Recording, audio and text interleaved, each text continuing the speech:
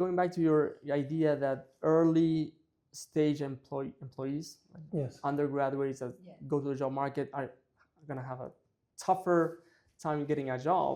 I honestly don't know what is the solution. Maybe there should be more. Maybe there should be a new pattern in which graduates from an undergrad program incubate or do more training for some time, or to do a hybrid between training and longer internship until they get the skills to jump into a high responsibility job. But in any case, what the university should do, the main goal is we need to filter the good from the bad for society, for the firm that will eventually recruit students. We're a filtering mechanism. We're legitimizing those who pass and did a great job. They're good for the job market, and you should look at these people. And those that didn't pass or went elsewhere, maybe those weren't the good ones. But that role continues to be valuable for firms, for society. The verification economy, some people are calling this era, in which I didn't know that term. Yeah, content it becomes abundant, but is it authentic content? Is it relevant? Is it valuable content? Yeah. Is it updated content? Is it even human content? Right, and that's where trust again kicks in. Right, if you are an employer and you're looking at thousands of candidates, they seem to have the same skills. Well, who do I trust more? Who can certify for real that these students truly have these skills? Yeah. So trust becomes suddenly a huge asset that before perhaps was not as valuable. Great, fantastic. Jose, we are going to give you a magic wand. One thing that you can change from at IE that you think will make it relevant or a little more protected for in the near future. What would it be? One thing that I could magically change and make at a move of a wand, what would you do? Let me take a few seconds to reflect.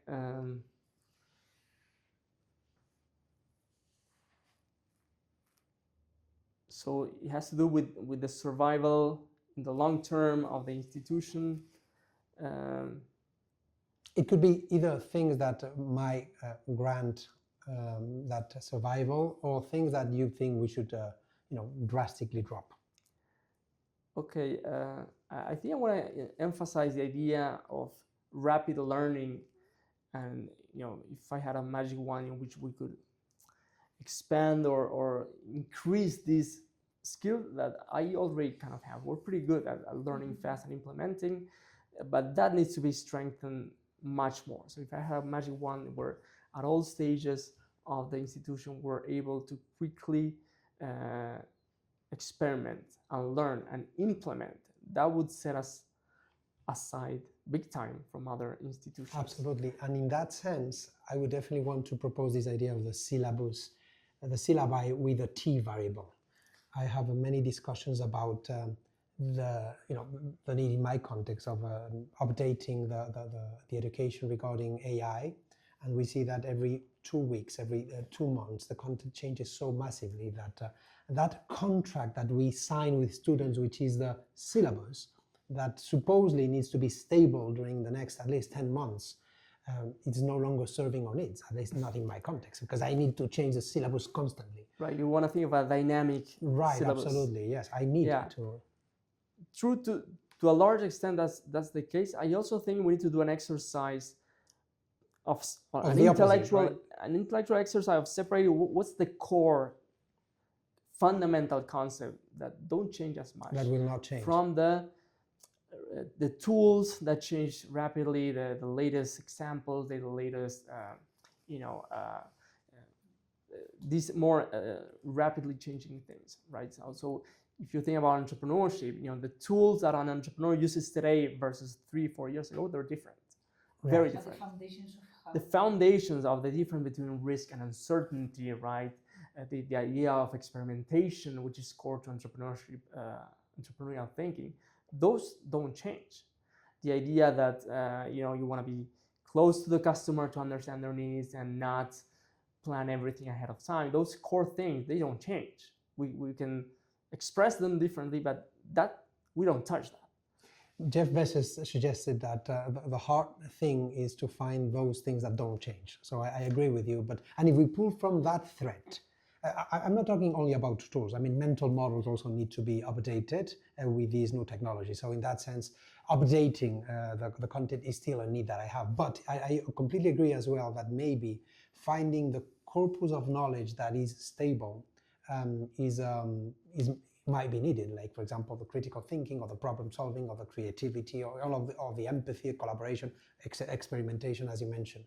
So when we list those, I think it's again fascinating and paradoxical that we are going back to those things, skills and capabilities that are distinctive from humans yet, and that are more related to our humanity. Absolutely, I couldn't agree more. So again, I want to bring the value of researchers. We are constantly dealing with these perhaps more philosophical aspects of our different fields, right? What are the core things that we truly need to understand the larger picture, right?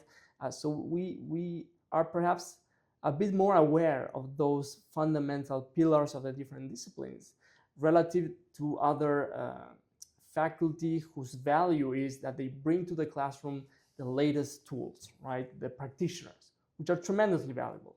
But you have this other profile of faculty who bring this more fundamental value that we perhaps have not paid enough attention in our institution.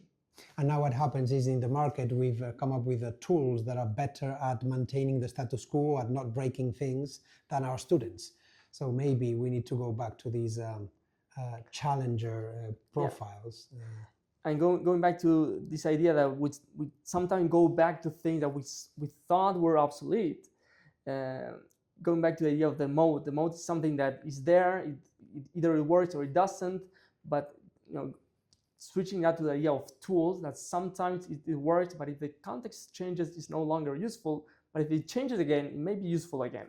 So that's one example. These very core humanistic pillars that we used to think were fundamental. Then we transitioned to an era that we thought maybe they're not so important, but now we seem to be going back to right. Or closer to them. The very market is demanding those, and we don't know how to measure them, which is problematic. But see, there's an understanding that I've landed recently, which is the idea that anything that can be measured probably will be done by AI or by agentic solutions.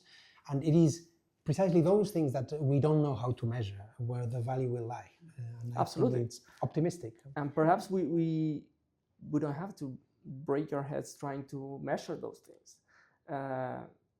For example, in academia, right? One of the traditional ways of evaluating academic performance is after a certain amount of time, you look at how much academic production this person has done, number of papers, perhaps books or conference. But in the daily, daily agenda, you don't look at the hours put into the writing, the hour puts. Right. So how can you measure reflection or conversations which are super, intellectually enriching with other folks? Trying to measure that curiosity, or all those values. Or sometimes you need to take a pause